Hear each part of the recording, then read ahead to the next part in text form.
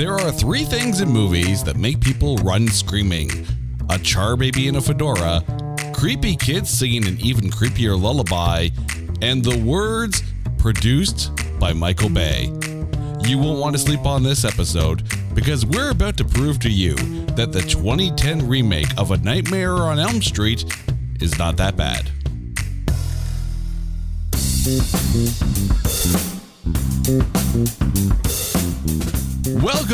Welcome to this edition of It's Not That Bad, the podcast that looks for A grades in B movies. And we are dipping our toes for the first time on this show into the realm of horror. So to help me out a little bit, we have brought in from the Adapted to Screen podcast, Philip. Welcome to the show for the first time. How you doing, man? Jason, thank you for having me. How are you? I am so excited to have you on here. Now, for those of our listeners who haven't listened to the Adapted to Screen podcast yet, why don't you tell us a little bit about that? Yeah, of course. So the Adapted to Screen podcast is a podcast, believe it or not, where we read a book and then we watch the adapted film and then we discuss the differences. I am absolutely fascinated by this. I can just imagine, because there's always the saying that the book is always better than the movie. I'm just curious here. Have you found a situation where the movie actually exceeds the book yet? Yes, Mrs. Doubtfire. I didn't even know there was a Mrs. Doubtfire book. Yeah, so the book is called Madame Doubtfire. It's set in Leicestershire in England, and it's pretty much kind of the same, but not so much. And the character Daniel, the character that Robin Williams played, isn't very nice, really. But when you watch the film, and I think because we covered Matilda as well, and I think the film is a bit better than the book, also, just because it adds things that aren't in the book, or not. It's like, for instance, in the book, the brother is a bit of a pain in the bum, but like the brother's not really that much in the film, and you don't really need it. So yeah, there's probably Matilda and Mrs. Doubtfire. Hey, first of all, Robin Williams makes everything better, clearly.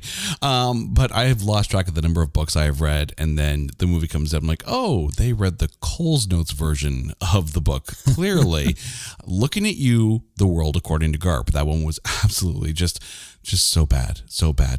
But when it comes to today, because we are talking about the remake of Nightmare on Elm Street, what was it for you, like, to all of a sudden say, hey, you know what? Nightmare on Elm Street, you got to have a look at this one. Well, I think just so we're clear, I'm a huge fan of the Nightmare on Elm Street franchise. Huge fan of Freddy Krueger. Huge fan of all of the films. And when this came out, I was quite excited. And for the last 12 years, I've just seen people moaning about it, just constant. It's now 12 years later, still whinging, it's not Robert Englund. Oh, the children, the rubbish children. Oh, it's just, shut up. Stop it. Okay, behave yourself. Oh, they've turned Freddy into a paedophile. It's like, no, stop whinging, right, and enjoy the film for what it is. And I would like to think that that I haven't whined away from thinking that it's a very good film. Well, before we get into the breakdown of this film, it is time to take the remake of A Nightmare on Elm Street and trailerize it. Imagine a film so evil, so nefarious, its sheer creation is enough to make you tremble in fear. A movie about a homicidal maniac that can kill you in your sleep, made in a way that threatens to put you to sleep. The original Nightmare set the rules for slasher flicks. You have sex, you die. You do drugs, you die. You say mean things to the final girl, you die. But this time around, no one has sex. All the drugs are prescription, and everyone genuinely likes Nancy. What's a Freddy to do? Jackie Earl Haley dons the hat and sweater in A Nightmare on Elm Street. Rated R. What a trailer. I have to go and watch that film now. Exactly. Not like we haven't already before doing this. So for those of you who have never seen this, it stars Jackie Earle Haley, not Robert Englund, Jackie Earle Haley. Most people remember him as Rorschach from Watchmen, as Freddy Krueger. Rooney Mara, Katie Cassidy, a very small appearance by Kellen Lutz, Clancy Brown, and Connie Britton. But I do have to point out that this movie has an almost starred list. Under consideration for Freddy Krueger were Billy Bob Thornton and Steve Buscemi. I cannot, for the life of me, picture Steve Buscemi in this role. No, not. It's one of those, isn't it? I don't think so either. I would have. I think my pick, even though Jackie Earle Haley is very good, I would have maybe gone for someone like Kevin Bacon. I'd be curious about a Kevin Bacon because, I mean, obviously Kevin Bacon, of course, was in the first Friday the 13th movie.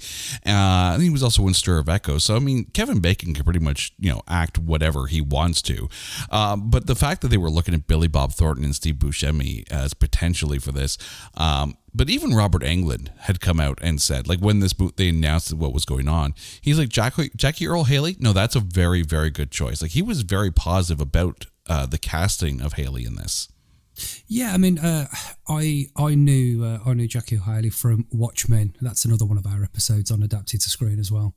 And I knew him from that and Human Target with was it Christopher Vance? No, it was Mark Valley. And so I was excited to see what he'd do. But I think he probably had the right age, the right size. And and that kind of gravelly voice that you get from Rorschach as well.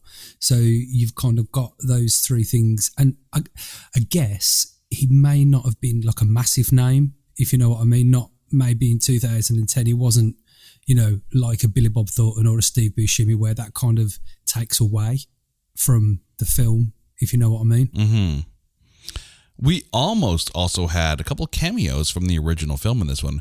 Heather Langenkamp, who of course played the original Nancy, turned down a cameo. She was supposed to be the waitress during the initial dream sequence in the film, but she turned that one down. And John Saxon, who played Lieutenant Thompson from the original, was also offered a cameo, but he apparently had some scheduling issues, which is kind of a shame. Like, it's always nice to see when, people from the original come into the remake, even if it's in a small cameo role.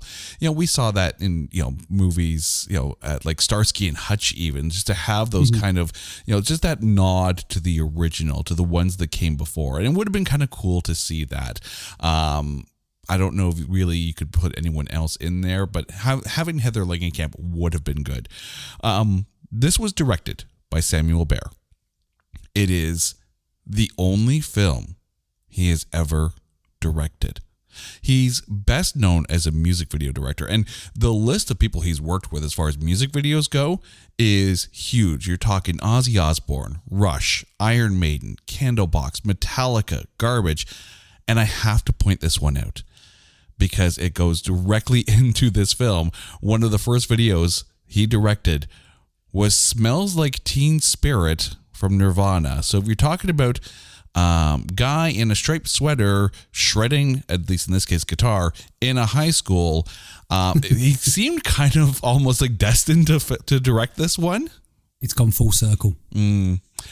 But unfortunately, this is as we say sometimes, this would be the last film that he would ever direct. And so far it has been. He's still directing music videos and the like, but it shocks me that really this is the only film he's directed, because it is well done. I think you could look at it as maybe he didn't have a very good time on the set, and maybe if you're doing a 3.5 minute music video, it's probably a bit more stress free than dealing with as many high profile actors as they had in the film, and the pressures from studios and cutting deadlines and so on and so forth. Maybe it's just a case of, this ain't for me. Mm-hmm. It obviously it did well enough at the box office. Like it's not a bad film even that way either. It had a $35 million budget. Domestically, it made $63 million. Debuted in number one domestically by a fairly large margin. It knocked out How to Train Your Dragon out of the number one spot. Debuted almost 33 million on the April 30th, 2010 weekend, and made 115 million worldwide. It broke the record for midnight openings for a horror film, and actually won the People's Choice Award for Best Horror Film that year. So, I mean, the goods are there, but the reason why we're talking about this film is because the critics didn't think so. On Metascore, or on Metacritic, it has a 35 Metascore, but where it really falters is at Rotten Tomatoes. It has a 15% tomatometer with a 43% audience score. Now, to put that in comparison to the original Nightmare on Elm Street, the OG, that's got a Metascore of 76, a 95% tomato meter for the original Nightmare on Elm Street. So, if you're playing along and doing the math, that is an 80% swing on the downside for this remake. And I just don't see where they come up with like that much of a drop in this. Like, how much do you think that's, them just favoring the original? Haters are going to hate, I think, Jason, is really what we're saying here. Just before we move back on to, or before we carry on, just going back to the cameos. I know you said that Heather Langenkamp turned down that one, which is maybe a shame, but maybe it just wasn't commercially viable for her, financially. I think John Saxon was fairly ill as well around about that time, so maybe it wouldn't have worked for him. I think one that would have been pretty cool would have been Johnny Depp. If we would have got Johnny Depp in the funeral scene, just stood in the crowd, that would have been. And I think he's the kind of person that'd be like, yeah, I'll turn up for a day and do that. Yeah, stand in a suit. It would have been kind of cool, maybe if he was there in the suit, or if he was maybe the priest overseeing the funeral. That would have been kind of cool. I completely agree. Maybe even a Patricia Arquette. I know she was in the third one in Dream Warriors, That's which correct, my personal favorite as far as all the Nightmare on Elm Streets. Although I do have a soft spot for Freddy vs. Jason. That one was a ton of fun. Yeah, I like that as well. That was pretty cool. I think my favourite cameos of all time was the A-Team movie with Dirk Benedict and Dwight Schultz popping up. I thought that was pretty cool. So sometimes cameos do have a good bit of value, even if it's for 30 seconds or so. And with any remake, and really with any IP in general, you have to kind of give the fan service, and having those kind of cameos definitely would have given horror fans that tip of the hat, and saying we thank everyone that kind of came beforehand, and we acknowledge that. But let's get to the breakdown of this, and we have to start with Freddy Krueger himself. For you, how was Jackie Earle Haley as Freddy Krueger? I think he was very good. I think, again, I said earlier on, there's a lot of people saying, oh, but it's not Robert Englund. And what you have to remember is this is a remake. Okay, so if it was, for instance, we're going to do Nightmare on Elm Street Part 9, then you do want Robert Englund, don't you? Of course you do. But this is a remake. And their goal was to go down a bit more of a darker route. So if you're going to go down a darker route, you don't want Robert Englund in there, because he's the jovial child murderer. He's the one that we like. What we want really is the original Freddy was a paedophile, but they didn't go with the paedophile angle because there was a big Catholic Church paedophile thing that blew up just around about when they were filming the original film. So they just stuck with child murderer. But those things go hand in hand. So you can have a nice paedophile child murderer who's really creepy, who's just not nice to look at, and who sounds horrible. So I think he did a very good job. I think all the scenes he were in, he got a lot more screen time than any other Freddy. Well, what I mean is in the films, rather than Robert Englund, of course. But like in Nightmare on Elm Street Part 1, 2, 3, 4, 5, he's probably got 4 minutes of screen time max. And I think Jackie O'Haley had a lot more lines, a lot more screen time, and I think he was quite scary. Yeah, I liked him. I thought it was good. I think the biggest detriment that you can say about Freddy in this one, and it's nothing to do with Jackie Earle Haley. I think a lot of people are going to point to the makeup in this one because if you take a look at the Robert Englund Freddy makeup design, like all the prosthetics and all that, like that's a very iconic look, and it was it was horrendous. It's supposed to be horrendous, but it's still in that, one of the big things about Star Trek and their makeup is that, Michael Westmore, the special, the makeup effects guy, always said, like, so long as you can see the eyes, you can see what the eyes are doing, you can connect with the character. And you really had that with Robert Englund and that makeup job. Here, I know they try to do their best to have the look of someone who was a burn victim, and apparently they brought in the guy who would eventually go on to do Two-Face's makeup in The Dark Knight to work on that as well. And then, of course, they had to pull it back a bit because I guess they had way too much charbaby in there. So they're like, okay, well, maybe a little less grotesque kind of thing, because he's a scary character, but it just felt like a really bad makeup job, and it was hard to see, Freddy. It was really hard to see Freddy in this. No, I do. I agree to an extent when you look, but I think those are the things that you're looking for, isn't it? You're looking, the makeup doesn't look right, so now I don't like it. Not saying that that's what you're saying, but that's what a lot of people will say. Oh, well, the makeup's rubbish. Yeah, the makeup might be a bit rubbish. They did try and do the best, I suppose. They've tried to go a bit more authentic. But a lot of the Freddy scenes, I don't think there was a scene in it that was in daylight, so it was all very dark anyway. All of his scenes are in a boiler room, or they're in a dark classroom, or in the attic, so it's all very dark. So maybe it was a case of does it really matter because it's in the dark anyway? And I think the other thing that didn't do his Freddy very well, and again, nothing to do with Jackie Earle Haley. I think for what he was given, he actually did a very, very good performance. But for me, when it comes to 80s slasher flicks like like Nightmare series, like the Friday the 13th series, part of the fun of those movies is just seeing how creative the kills got to be, because obviously if you get to 9 Nightmare on Elm Streets and like 10 Friday the 13th, including Jason in space, but it's always one of those things like, how creative are they going to get?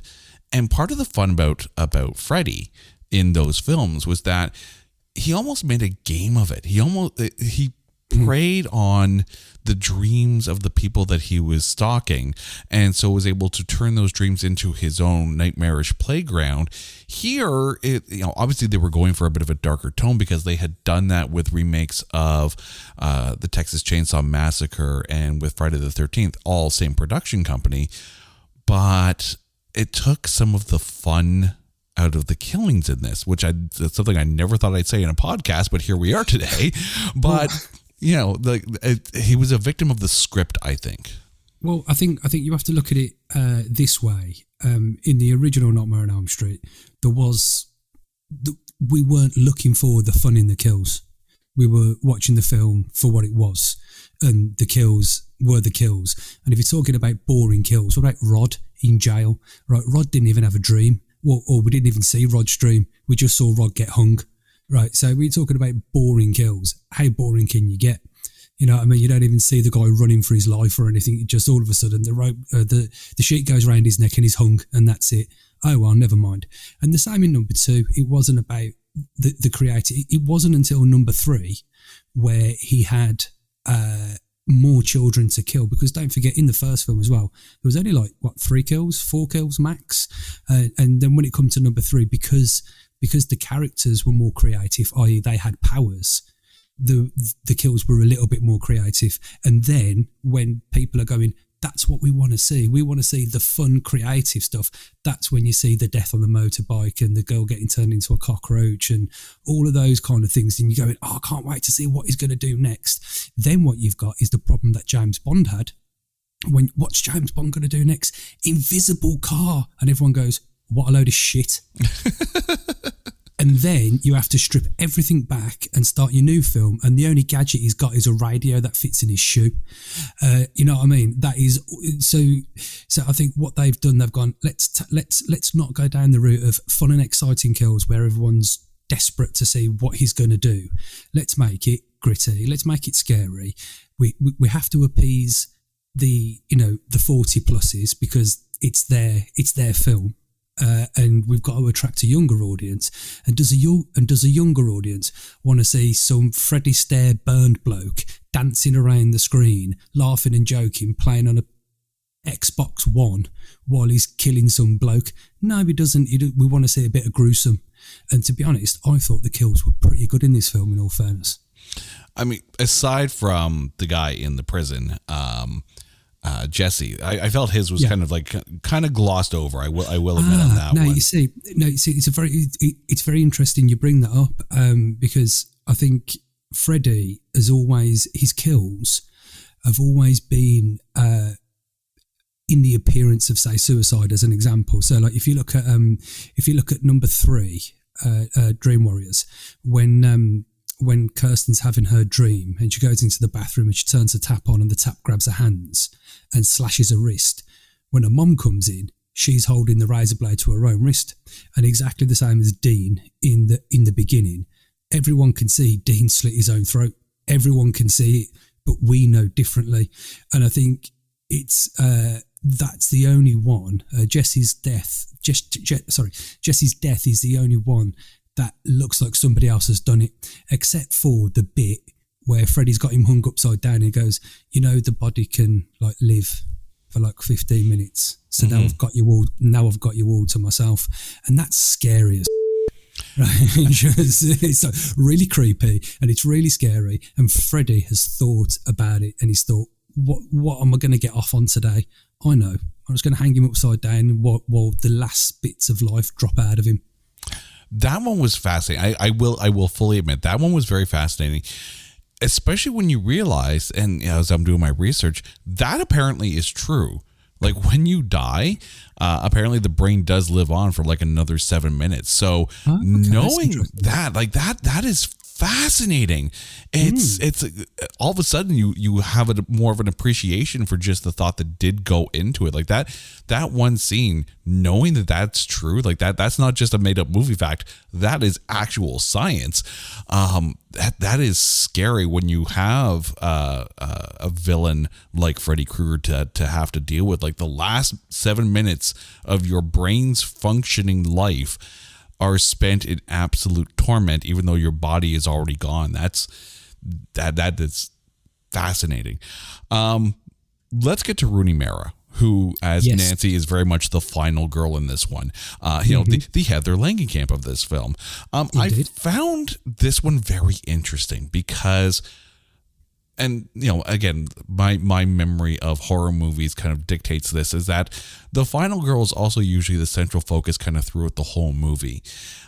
Not this one, because for the first half an hour of the film, it really felt like Chris, Katie Cassidy's character, was the central focus. And all of a sudden, wait, what? She's dead? Oh, now we got to focus on this girl? Like what's going on? It was almost like a fake out, and it's kind of clever, and I'm sure it played out very clever on paper. But for those who are used to we follow the final girl from beginning to end, it's a bit of a left curve there. Well, not really, because that's what happens in the original. It's Tina, and Tina's having the dream at the start, and then Tina wakes up and she goes to school and she meets Glenn and she meets Nancy and she meets Rod, and then they go back to the house, and then Tina's in bed with Rod, and then she has the dream again, and then she's dead. Nancy's very secondary for the first 30 minutes. It's interesting because clearly it's been a while since I've watched the original. I will admit, Dream Warriors is my go-to for Nightmare on Elm Street, and it's one of the big criticisms of the film is that they didn't really do anything original. They pretty much just copied, not so much as Psycho did when they did that remake with Anne Hesh and Vince Vaughn, but they pretty much, went beat for beat with the original. So people were citing kind of a lack of creativity. But I do feel bad for Rooney Mara because apparently she hated her time on set so much for this film that she started to question whether she wanted to continue acting after this, which is an absolute shame because I actually really enjoyed her in this one. Yeah, so did I, and I think that probably speaks to why the director hasn't done any more films. Maybe he had a really horrible time as well. Maybe it was a studio thing. Maybe it was other actors, possibly. I don't know.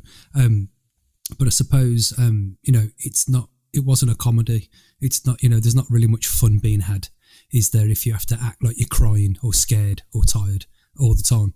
So maybe that was the case, but I think just going back to what you were saying regarding the doing a remake, like, yes, you have to have certain parts. Obviously, there's a story to follow, so you've got to kind of follow the story if you're doing a remake. But I think they did so many different things that, like, there can't really be many complaints. Like, for instance, at the start, the Dean dies, but there's no Dean in the original. There was no death like that in the original. There's I suppose we'll talk later on about the twist in the plot that Freddy didn't actually abuse any of the kids. And when I saw that, I was like, geez, what a twist that is. You know what I mean? They killed the wrong guy, and then the wrong guy's come back to get his revenge by killing all their kids. So there was lots that they did different, especially with the children not knowing each other, and just there's loads of things they did differently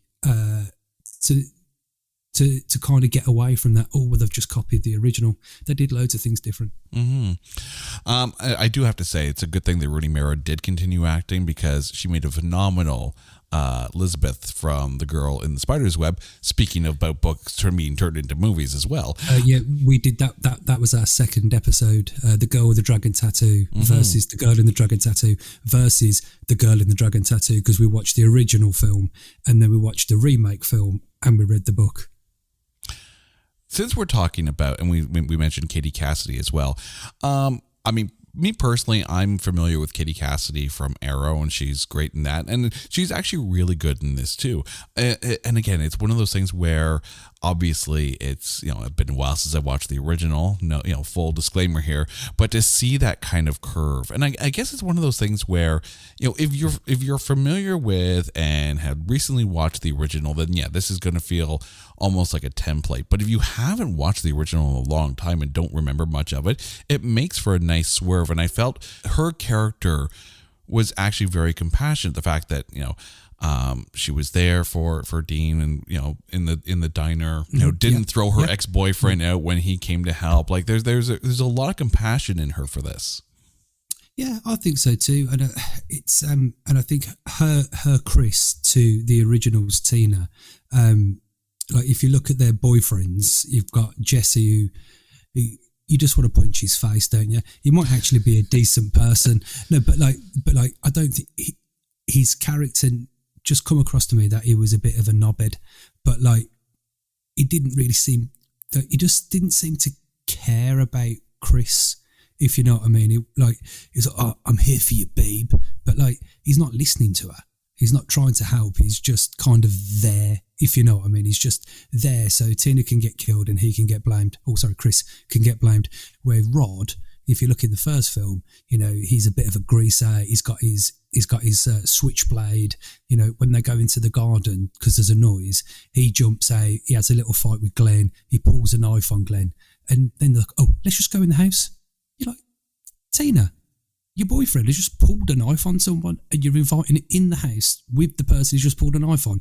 A bit of conflict going on there.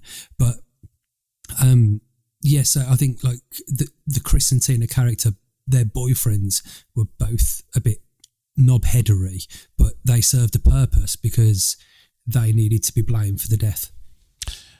I do have to admit that, speaking of nods to the original, the fact that she was wearing the same number on the shirt that I can't remember whose character it was that got killed kind of in the same way. Johnny Depp. Yeah, exactly. Same number on the shirt. He was wearing the jersey as well. So again, another wonderful nod to the original. But speaking of Jesse, Thomas Dekker, way moody, way broody, so emo in this one. And it's one of those times where, and we kind of joked about it with, during the trailer eyes, how, the rules of horror films. And I remember watching the Freddy vs. Jason DVD and listening to the commentary of Ronnie Yu and Robert Englund talking about it.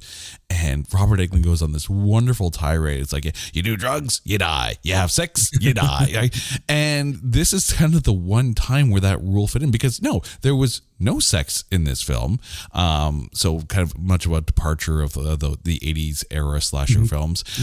No one was mean to the final girl. And, like I said, all the drugs, I mean, Quentin had his prescription drugs, and yes, he did take adrenaline, but, no one's out there snorting cocaine and going off to the woods to have sex. Here's the one guy who was mean to the girl kind of thing in a roundabout kind of way. He's the only real, for lack of a better term, he's the only douche in the movie.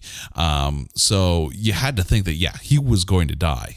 Being from England, like that kind of character, that Jesse character, the way he was, because he was very, I think we would say he's dismissive of people. So he was dismissive of Nancy at the table. He was kind of like, well, come on, Quentin, are you coming or not?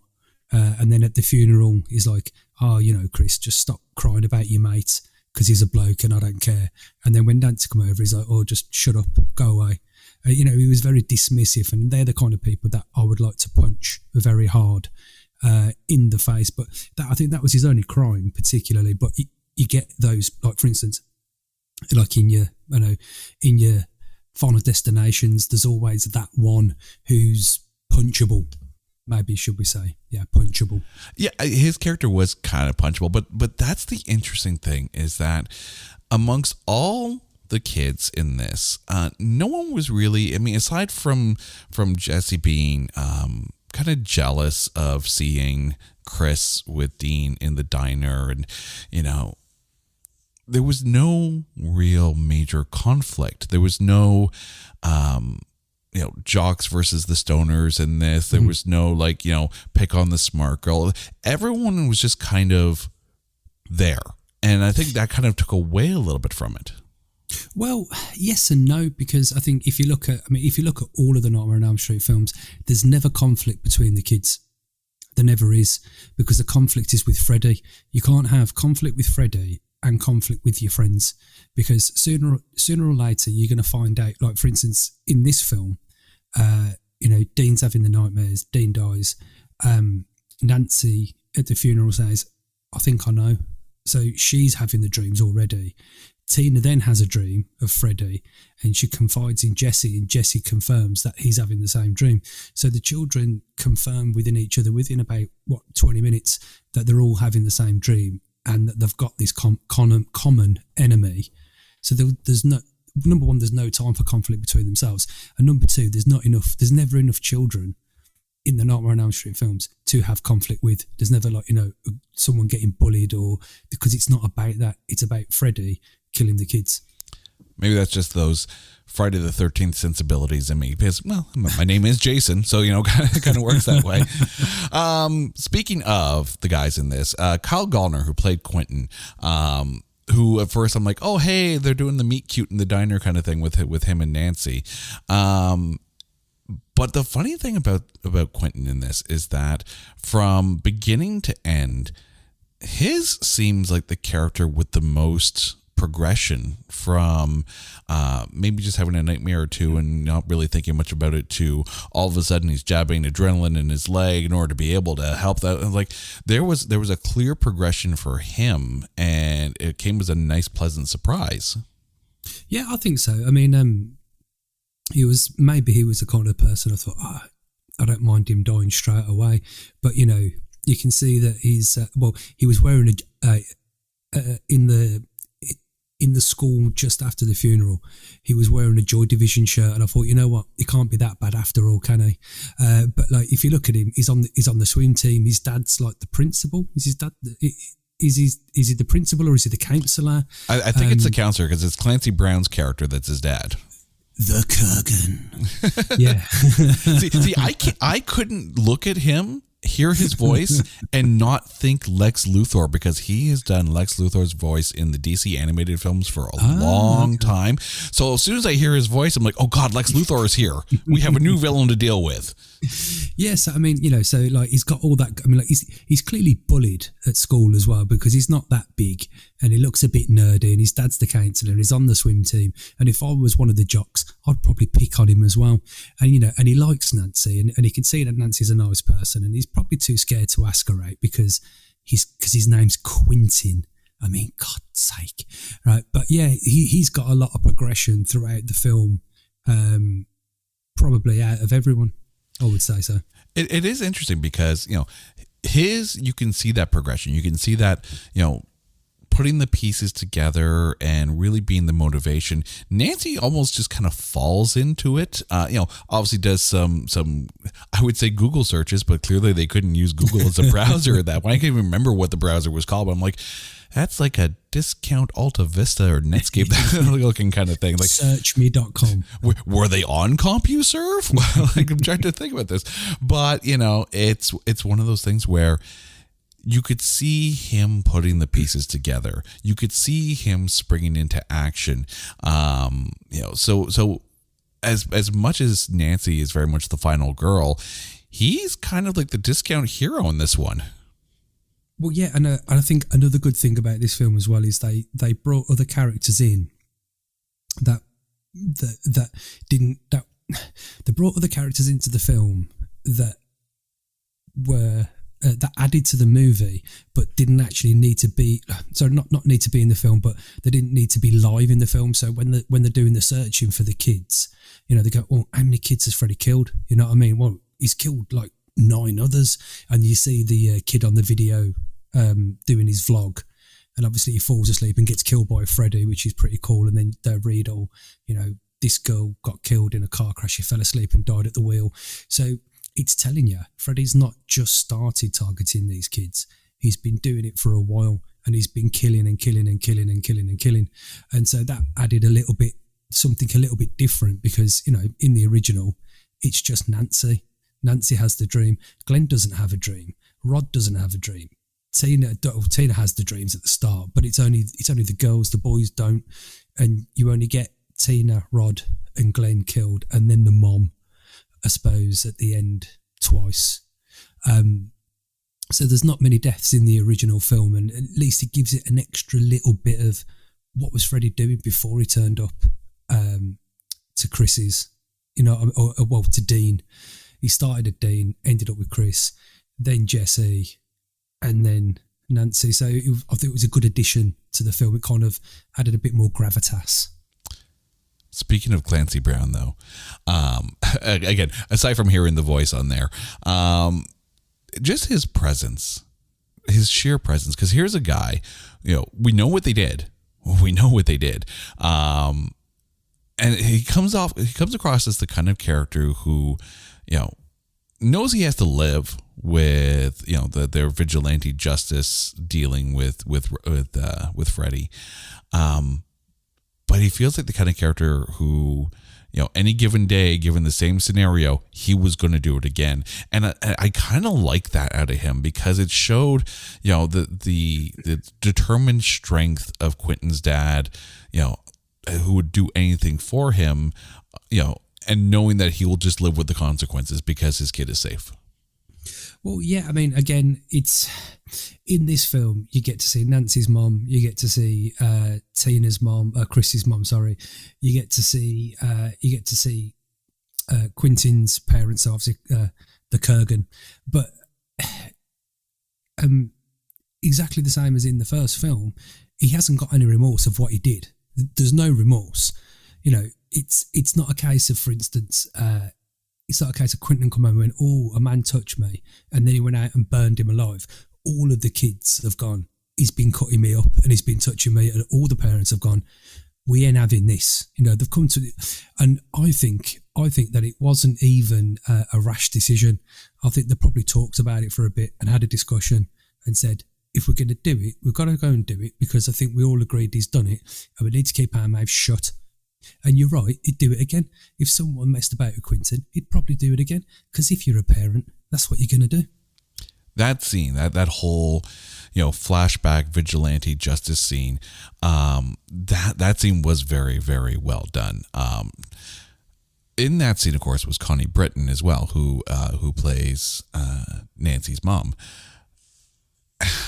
She had the one performance, the one moment in this film where I had to sit there and shake my head going, oh, Nancy found the picture and she's putting all the pieces together. It felt like the most underreaction of underreactions ever, which is a shame, because during the whole vigilante justice scene, she tried to be the voice of reason, is like, no, we can't do this, I get that. And I think, because when she's got the picture, I think you can see in her eyes the game's up. She's like, how am I going to get my way out of this? Like, she's going to be asking questions, and the only answer I've got is, you're all abused. And I don't want to say it out loud because it brings it all back to me, and you don't know, and I don't want you to know. And I thought that was done fairly well, I mean, she acted it better than I could have. But that whole bit where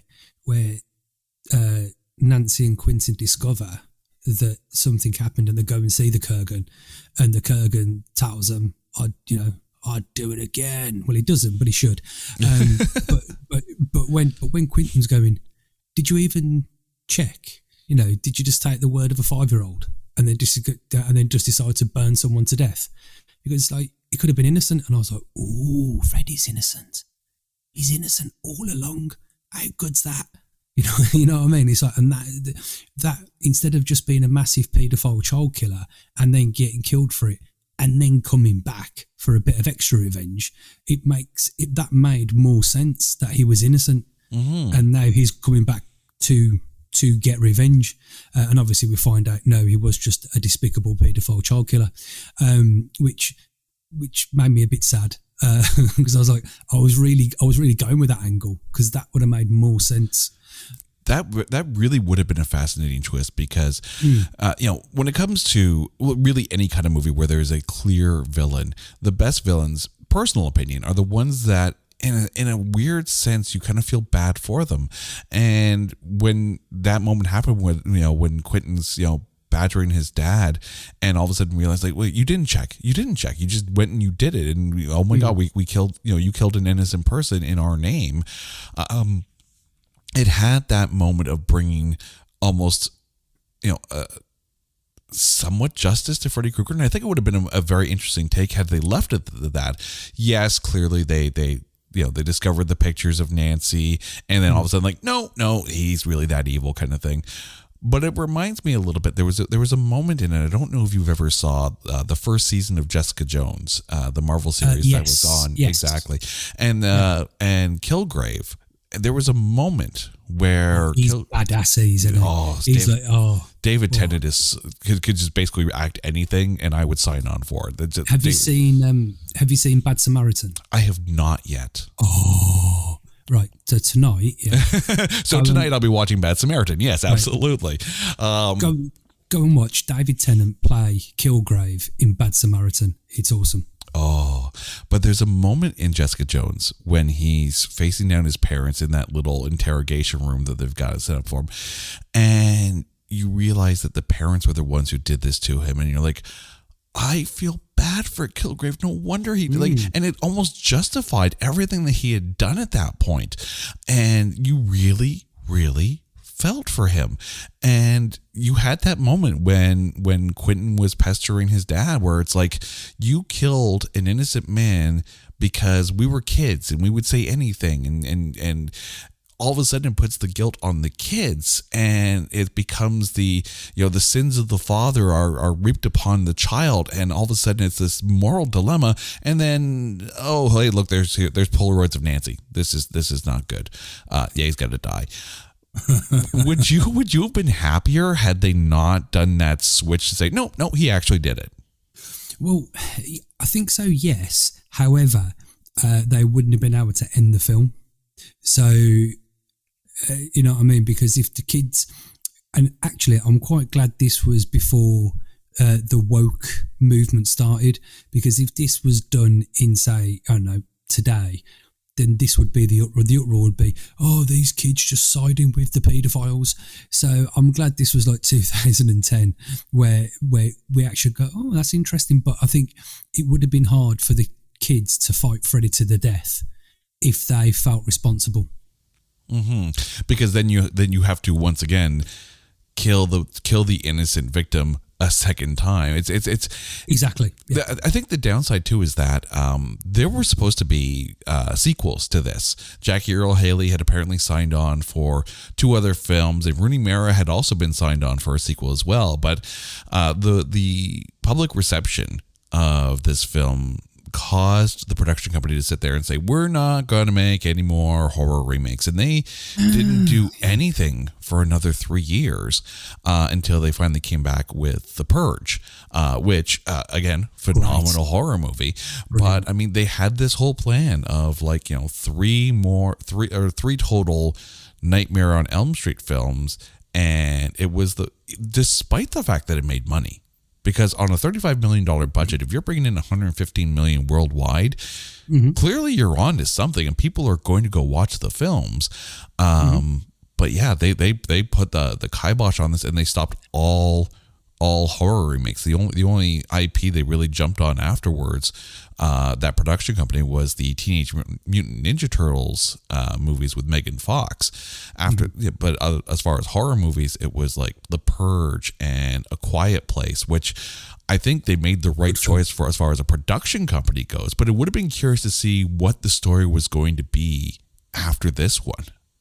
Well, you see, I think maybe at the time. And I suppose, you know, if you're going to get all like a bit bent out of shape that a few people say they don't like the film, even though that the box office says differently, especially say like in today's day and age, you could have just done a Nightmare on Elm Street series. That would have worked. Just do like a 10-part series, put it on Amazon, lovely jubbly, everyone would love it. I'd be curious if someone took a franchise, because I know Friday the 13th had a TV series, which sucked because there was no Jason in it. Nightmare on Elm Street had a TV series as well. It was a bit like Tales from the Dark Side, but Freddy would introduce the stories at the start. Yeah, like almost like a Tales from the Crypt kind of thing. Yeah. And I think there would definitely be a market for that, especially because we're in the middle of the streaming wars. You know, there's enough streaming services that an IP like this could easily. Shudder really should go and try and get the intellectual property and go, right, we're going to do a 10-part series. They're 45 minutes long each, and it's going to be, you know, what a film could be. We're going to do it in a series format because you get more kills, you get more story, you get more tense, you get more drama. So yeah, I mean, I actually would like to see a Death Wish series. Ooh. I've always thought a Death Wish series would be really good, because you could have, you could do it from the start. So, you know, Paul Kersey, or you could start the film like, say, 6 months after the death of his family and he's doing his vigilante business, but then you have the flashbacks to when they were alive and what happened, and you could probably make like a good 20-part series out of a Death Wish thing and probably move it forward as well into like a season 2, season 3. So if Shudder is listening to this, you now owe Philip a ton of money for coming up with this idea for you. You are welcome. Right. Let's talk about the direction of this one here. We mentioned that this was the only film for Samuel Behr. And I think if I'm being completely honest, that's a travesty, because from a visual perspective, they picked the right director, because there was such an aesthetic to the dream sequences of this, and that whole when the kids are in Freddy's world, it needed the eye of a music video director to give it that surreal kind of feel. And I think Samuel Behr nailed this one. Well, I think straight away you can see what he was trying to do when when Dean goes into the kitchen, when he follows a waitress and goes into the kitchen, and it happened a couple of times, you kind of got like the dream blur vision. Mm-hmm. It went a bit blurry, so it kind of tells you you're in a dream. And I thought that's pretty cool because if you watch any of the Nightmare on Elm Street, it's very much scene, scene, scene, scene, and it gives you that kind of, oh, is he dizzy? Is he asleep? Oh, it's a dream. And especially with the use of the lighting as well. So it was very much, I thought they used a lot of yellow and orange, a little bit like in All the Boys Love Mandy Lane. And then when, I think if you notice, when Dean falls asleep for the second time, when Chris goes to the toilet, when he falls asleep, when he opens his eyes, everything's green and red. Freddy's jumper, green, absolutely, red, green, red, and you're like, oh, now he's going to get it. And that happened again at some point towards the end of the film. But the one bit that I loved, that I thought was really, really good, and no one ever mentions it, is the bit when they're at the pharmacy, and Rooney Mara, she burns herself with the cigarette lighter, and then when she goes into the pharmacy, or like she's in the dream world, but she's actually in the pharmacy on the floor, and it's cutting to and like flashing. You know, she's in the dream world in the boiler room, but actually she's in the aisle of the soup of the pharmacy, mm-hmm. and it's showing you what's going on, because you never see that ever. All you ever really see is the child in the dream world, and then they get killed, and then it cuts to the real world and how they've died in the real world, except for maybe in Dream Warriors, where you see Philip sleepwalking, but that's the only time you've ever really seen what's going, you know. So what's going on when she's in the boiler room? Where is she? Oh, she's on the floor of the pharmacy, and it's showing you in real time, it's flicking between it. And I thought that was really good. You also kind of saw that too in Freddy vs. Jason, and how, you know, they were able to get Jason asleep, and it was Jason who ended up bringing Freddy back from the dream world, so Jason could fight him in outside of the dream state. I don't remember that. Yeah, and then it's been a long time. And then the flickering in the pharmacy, like just that jumping back and forth. It's almost like, you know, if you've ever been so tired and in class and doing the whole head bob, nodding in and out of sleep, you're not quite sure when you're asleep and when you're awake, and all of a sudden, oh, it's the end of the class and I've learned nothing. Not that ever happened here. Never, not once. But well, I've done that in meetings before. Just talking about the class, the classroom scene with Chris, mm-hmm. I thought that was fantastic when she fell asleep and everyone just turned to ash and disappeared. And I just thought, wow, that's brilliant. It's much better than because there was really good uses of CGI and there was dreadful uses of CGI. Mm-hmm. Now, that was a really good use, rather than say, for instance, okay, everyone's going to act like they're just looking forward because we haven't got any money and we can't do anything, where they actually used a bit of money and they made it look good. And you're like, oh, yeah, now it's good. And it's all dark and it's scary and it's full of water and Freddy's giving it the score. That was really good. The bit that I thought was dreadful, and I'd actually marked it down, was the wall scene when Nancy's in bed, and the wall scene. And I was like, why couldn't you have just copied what they did in the first film and just put a bit of rubber on the wall? Mm-hmm. Why have you got to spend all that money on a terrible CGI? Because that wasn't scary at all. It was like, oh, that's shit. I will admit that, you know, I completely agree with you. The everyone kind of exploding into ashes classroom scene was visually brilliant. But in 2010, that's brilliant then. Now I'm like, oh crap, Thanos snapped. That's it. Everyone just turned to dust, and Chris is the only one left alive. Yeah, but you see, that's what happened there. You see, they've nicked Thanos. They've nicked the idea from they've nicked Thanos' little magic trick from a rubbish film that nobody likes. I wonder if that was actually, no, probably not, but it just makes Nightmare on Elm Street, the remake, that much more, trend setting. We're going to turn everyone to dust before Thanos does. That's impressive. And that was great. I mean, I've got, the notes say like the wall scene. I've just put in brackets. Classroom scene, ace. There was some really good bits that like people moan about this film so much, but there's so many good parts to the film. And I mean, like especially the ending. I mean, the ending I thought was, have you seen the alternate ending? I have not. The alternate ending's badass, right? And it's much better than the original ending. Do you want me to spoil it for you? Oh, please do. Okay, cool. So everything's it's the subtle differences. So we're at the bit where Freddy's got Nancy on the bed, and he turns his face into his normal face rather than the burnt face. If you remember this scene, I do. Okay, cool. So then Quentin wakes her up with the adrenaline. Freddy's in the room. I can't remember exactly what happens, but Nancy picks up a baseball bat and beats the living shit out of Freddy, batters him, and I'm talking like home run, bang to the head, bang to it just batters him, and his feet catch fire on one of the lamps, and she just batters him, and then she sees all like the little paint cans and just whacks the paint cans on him, and he sets up on fire, and he obviously he's brought back into the real world to burn again. But in that scene, he's his normal body rather than the burnt Freddy. And then obviously in the end scene, I think he's when he comes back, he's the burnt Freddy, and she chops his hand off and slits his throat. But the alternate ending's much cooler than the original ending. But the one bit I did like was when the ambulances come, you hear one of the paramedics go, "There's no bodies inside."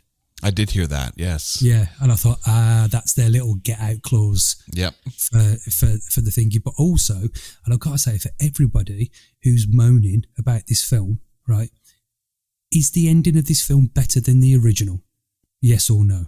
That's a tough one, because again, it's been a while since I watched the original. Okay, so the original, and I'll just, because it's etched in my memory, Freddy jumps on Nancy's mom, and they all disappear into the bed. And then Freddy pops back up, and Nancy turns her back and goes, "You're and then Freddy goes, "Oh no," and then dies because Nancy's called him with her back towards him. Then you've got the scene when they leave, and as everyone's alive, Tina's alive, Glenn's alive, Rod's alive, and they all get in the car. And then the roof closes on the soft top, but it's Freddy's colours. And she's going, "What are you doing?" to Glenn, and Glenn's going, "I'm not doing it." And then the car shoots off as if it's Freddy controlling the car. And then a mum's waving at the door, and the hand comes through and pulls that mannequin through the door, like the obvious rubber mannequin. And so, like, which ending's better? Because actually they did a much better ending. You know what's funny, and you know, hearing that description, I'm like, yeah, no, this one was much better. But I wonder how much of this is the hazy nostalgia factor. I've lost track of the number of movies that I remember watching, you know, from that time, you know, when I'm that age, and thinking this is the greatest film ever, and then you watch it again, you know, years down the road when you're an adult, going, I was a stupid ass kid. You think that this was There's lots of films that I think that too. Yeah, lots. I'm looking at you, Krull. I will never forgive Krull for making me think it was a cool film. But to be fair, Nightmare on Elm Street. Excuse me, a hiccup there. Nightmare on Elm Street stands up in lots. The original, it stands up in lots of ways. It stands up in lots of ways because it's a story about a man who kills you in your dreams, and he only goes to the kids. So the adults are always going to be, she's on drugs. That's always going to be the response, and there's nothing you can do about that. And there's certain bits in the film, like the end of the film, you're like, because I think Wes Craven was very much against leaving the door open. He wanted it. That's the film, and that's it. I don't want any sequels or whatever. But obviously, money, right. And that ending was like, it doesn't take away from the film, right? The ending where she gets pulled through the door, it doesn't take away from the film because you're like, well, it's 1984, isn't it? You know what I mean? What can you do? And I suppose the question is, what can you do against the man who's in your dreams? How'd you kill a man in your dreams because it's very difficult. And I think there was a couple of periods in this film, in the remake, where they kind of painted themselves into a corner and they're like, God, how do we get out of this? And it's exactly the same as the first film. How do you get out of it? Well, you just turn your back and you call him, and then he cries and disappears.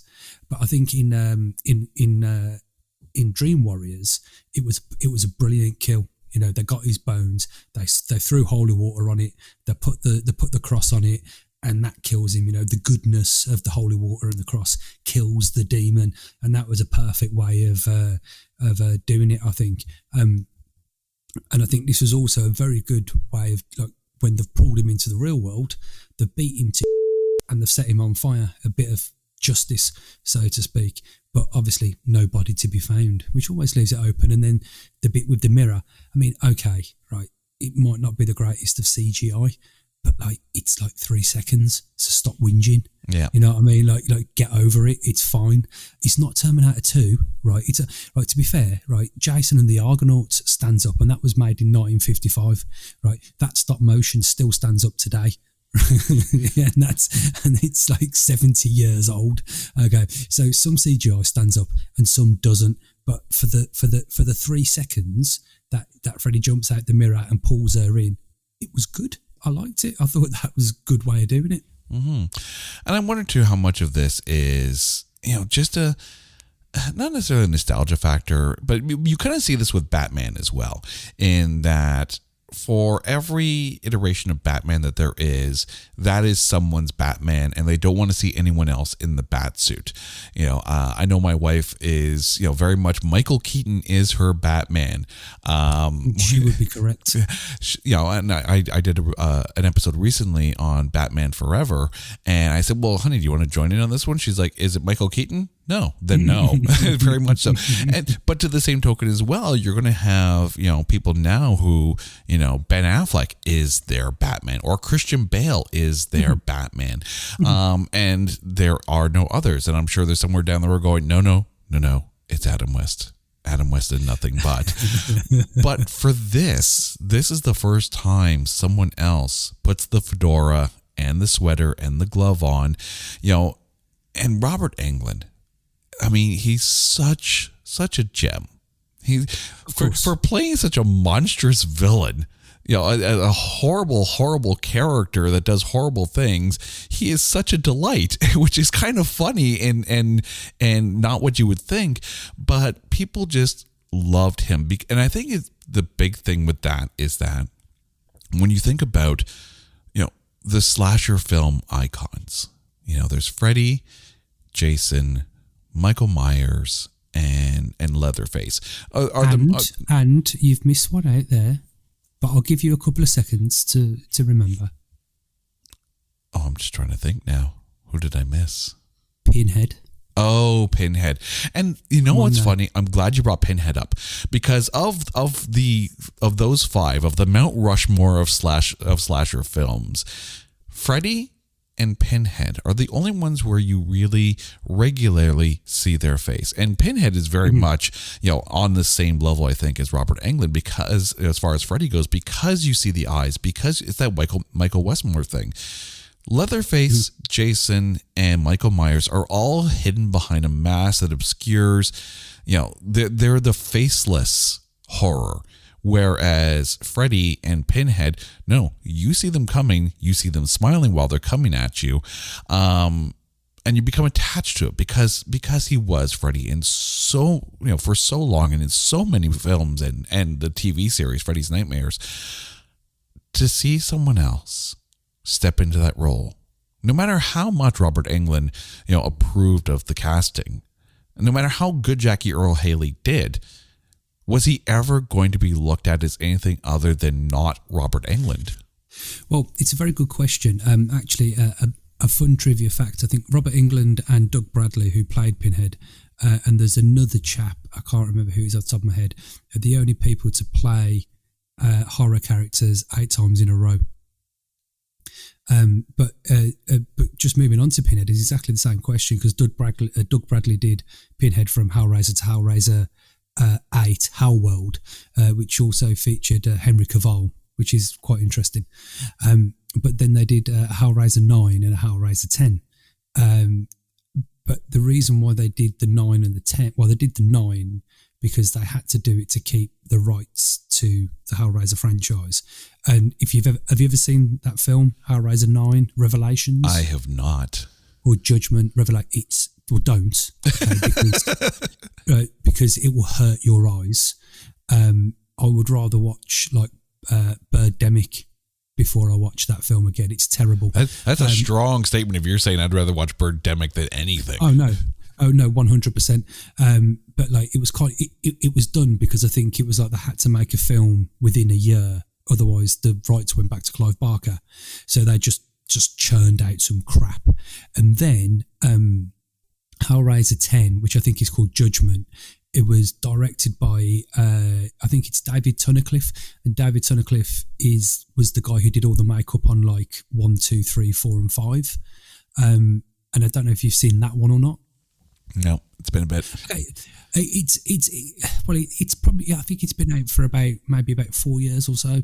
But it's actually not bad. It's not bad for like a low budget Hellraiser film. But I think there's a new Hellraiser TV series in the making. I had a little bit of correspondence with Clive Barker not long ago.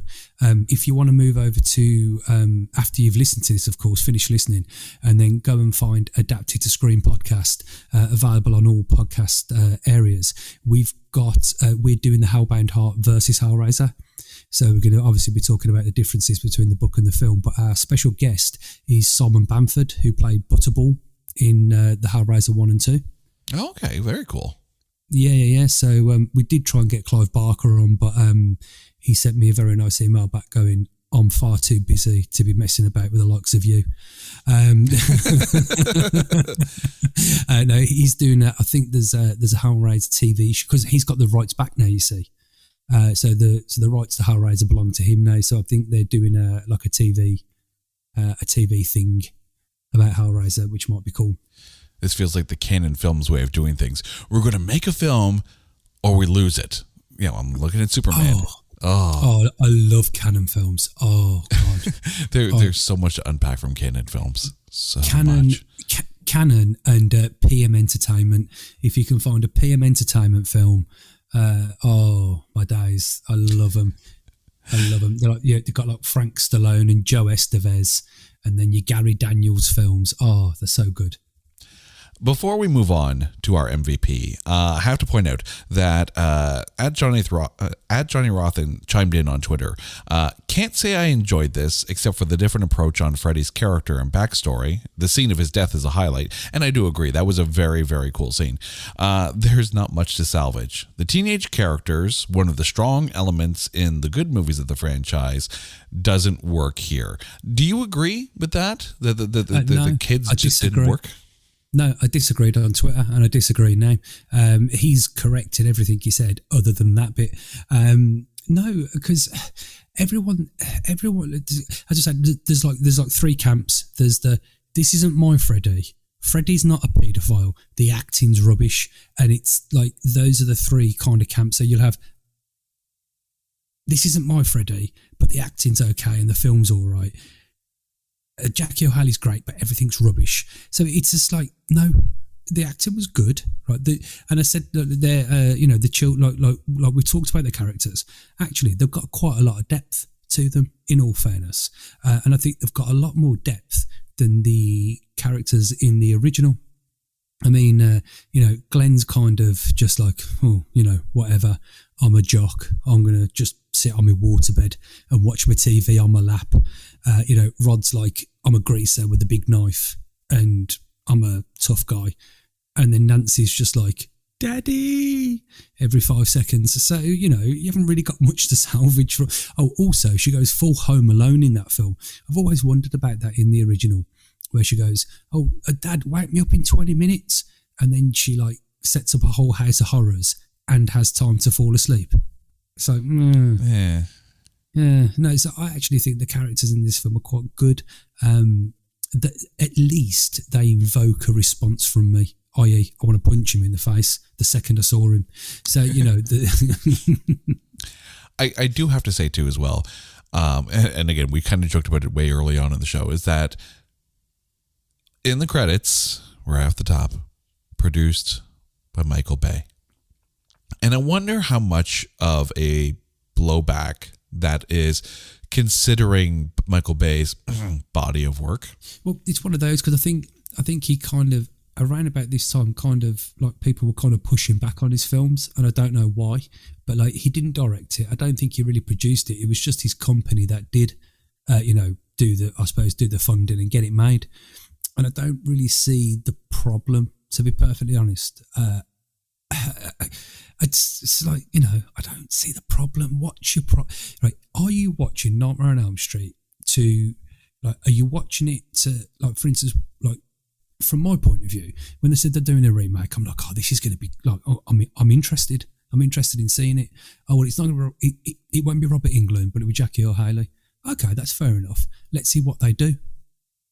And what they did was very good. Mm-hmm. I can't, I haven't got any complaints about it. The acting's acting. I'm not a very good actor, so I couldn't have done any better. So I'm not going to comment on that. On the bits that they added some really good elements, and I thought that's really good, rather than it just be a like for like, so to speak. They added some really good elements. The kills. I mean, God, Dean's kill at the start, that neck slash with the knife. I was like, geez, I'm in for a good time here. You know what I mean? There was some good kills. Freddy was very good. He was menacing. He was scary. He was vengeful. And I think that's the key. He was very much you're gonna pay for grassing me up. And it was just the parents being worried about that whole story on about the parents, like, making them not believe that it happened, was really good. And I just thought it was, and it touched on parts that the original didn't touch on, because they probably couldn't at the time, but they can now. And I can't say anything wrong with the film. I think, to kind of sum it up, as a horror film, there's no question it's a good horror film. Even as a remake / homage to the original, it's a very good remake and improves on the original. But I think it's one of those things where it's not necessarily the original that hurts this one. It's the 8 or 9 other films in the series that hurts it. And not because they were any good, really, but because they changed the tonality of the series and made it camp and made it about, as you said, the James Bond-ness of it. How much bigger can you go? The answer is yes. And then all of a sudden it becomes, well, you've got, giant snakehead Freddy eating kids and whatnot. It just becomes so outlandish that all of a sudden, if that's the last memory that you have of the series, going back to something like this where it's dark and gritty and a bit more on the realistic side, you go, I guess that kind of determines what your Nightmare on Elm Street was. Oh, 100%. I think it all started with, you're on the prime time, bitch. As soon as he dropped that line, that was it then. Because, I mean, especially in Dream Warriors, he toyed with them a lot more. I'm always a bit sad that they didn't put up much of a fight, but that's beside the point. But then after that, the Breckenmeyer scene when he's got like the Super Nintendo joypad, or I've got the power glove, and you're like, this is just nonsense. And what I'm watching is ridiculous nonsense. But that's what people wanted. People wanted bigger, more, louder, and that's what they got. And then but this is the whole point, though. You see, for the remake, for the people who are invested in the original. I mean, I'm in my early 40s, so I would say, I'm invested in the original. I've seen it hundreds of times. So I've got a vested interest in seeing what happens. People who maybe, say, in their 20s who have seen the original and then watched the remake, you haven't got an opinion. In my opinion, you have no opinion. You either like it or you don't. You can't go, oh, well, this is not right and this is not right, and oh, this is not my Freddy and Freddy's not a paedophile. Shut up. Either watch the film and don't go, like you were talking earlier on about Rotten Tomato scores. That's just for haters. It really is. It's the people who enjoy films will enjoy the film, And if you don't, then, don't go on the internet. Stop being a loser. Okay, Philip, it's come time. So who is your MVP of the 2010 remake of A Nightmare on Elm Street? Okay, I would say Jackie Earle Haley. I think he's in the film a lot more than what he probably should have been, but I thought it was creepy. I thought it was scary. I thought it was, methodical. His kills were good. So I want to go with Jackie Earle Haley. I'll admit I considered him. I also considered Clancy Brown because, again, that voice is just iconic. But I have to go with someone who I had not really been as familiar with their work going into this as I am now. But Kyle Gallner, who played Quentin. There was just something about his character that, again, the earnestness of his wanting to help Nancy, the earnestness of him wanting to figure out and actively do something about Freddy and about trying to discover why this was going on. The whole scene, that reaction to his dad when he finally hears the truth of what they did and questioning him, not just saying, not just accepting what his dad said, but questioning him, like really questioning if they were in the right. Like there was just so much to him. And, in reading up on kind of the backstory of this film, the fact that apparently when he auditioned for the role, like he was the first person they cast. They gave him the role on the spot. Apparently his audition was that good. Like there was like, no, we need you in the film. And thank God they did, because, as much as I liked Rooney Mara in this as well, I found that his earnestness towards her was more than a meet cute. It was more than, just along for the ride. Here you had a duo that was working well together, and I liked his journey through the film more, and that's a total credit to Kyle Gallner. Phil, thank you so much for this. Thank you for joining into the show. Where can listeners hear the Adapted to Screen podcast? Well, thank you for that kind plug. There's just a quick couple of things before we go, Jason. There's one thing that we like to do on our podcast is to select a soundtrack. Ooh.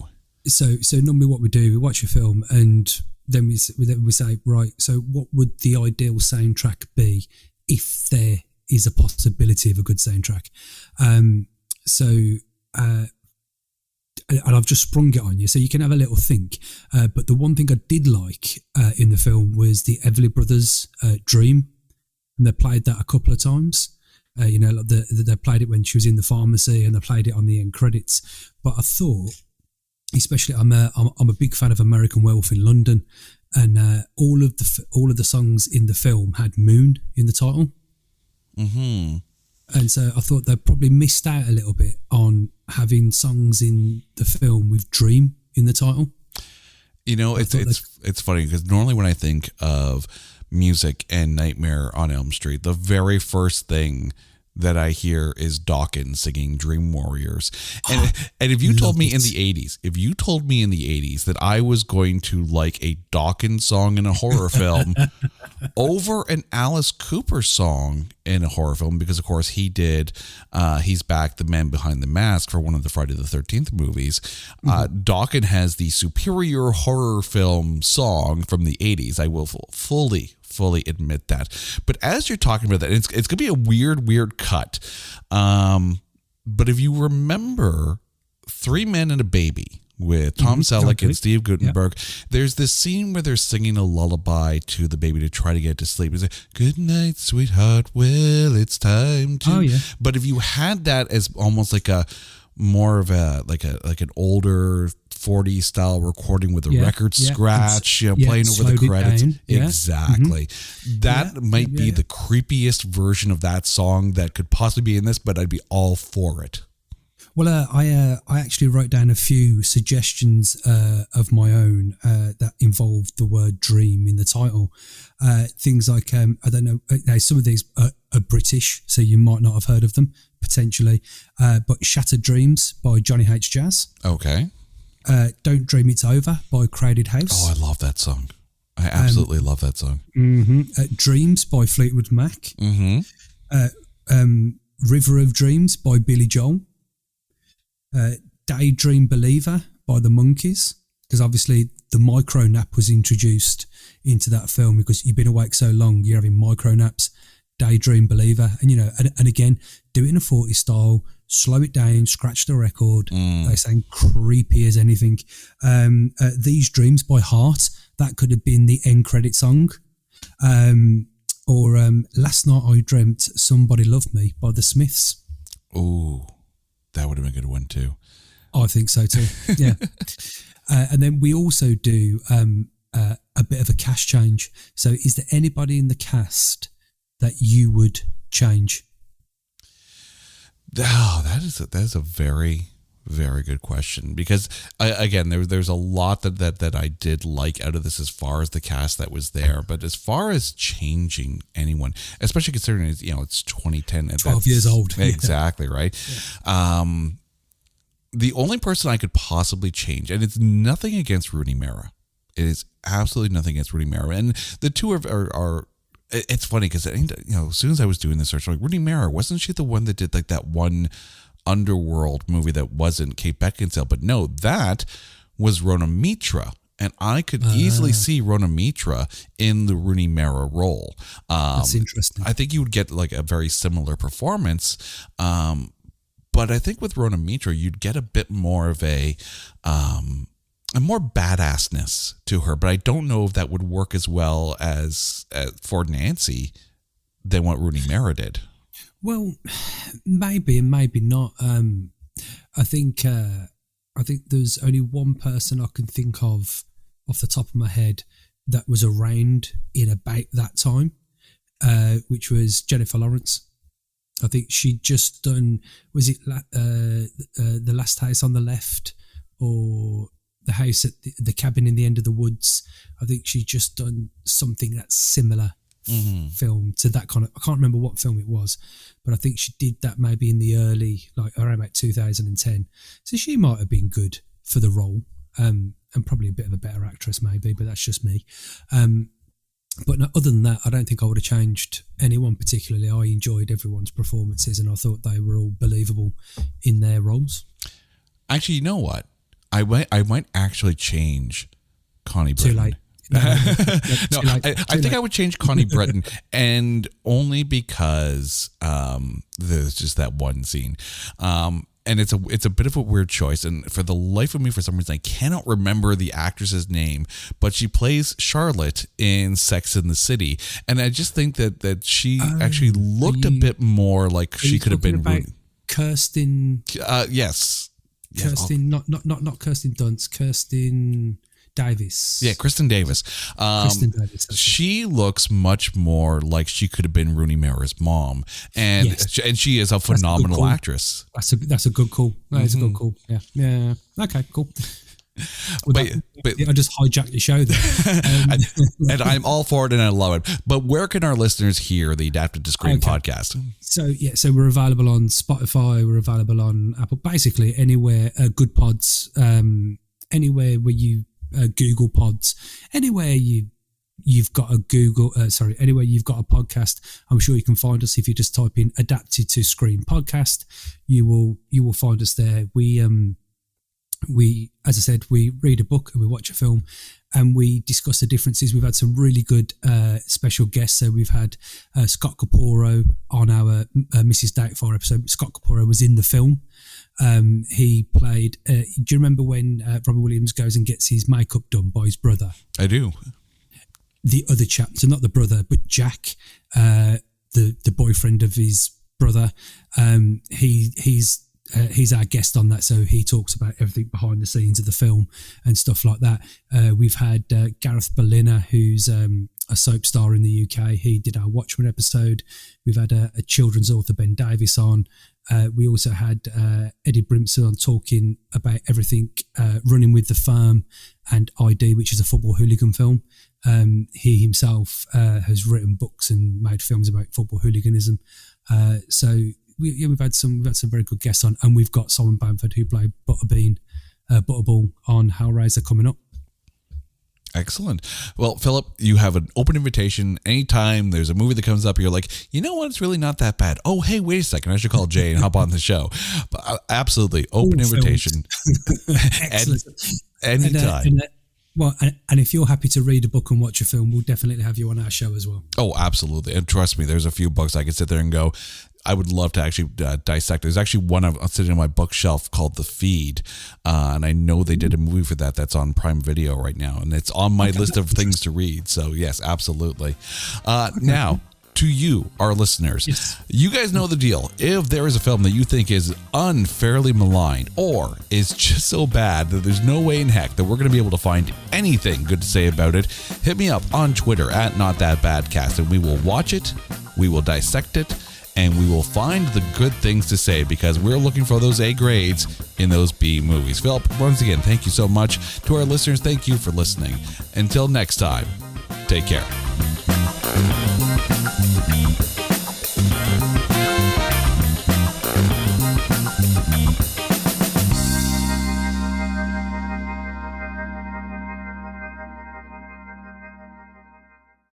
Hey folks, Stefan Shirazi and Renee Richardson here from the Metallica Report. And we are proud members of the Pantheon podcast family, where the best of music and podcasts unite. We've got something pretty cool for you.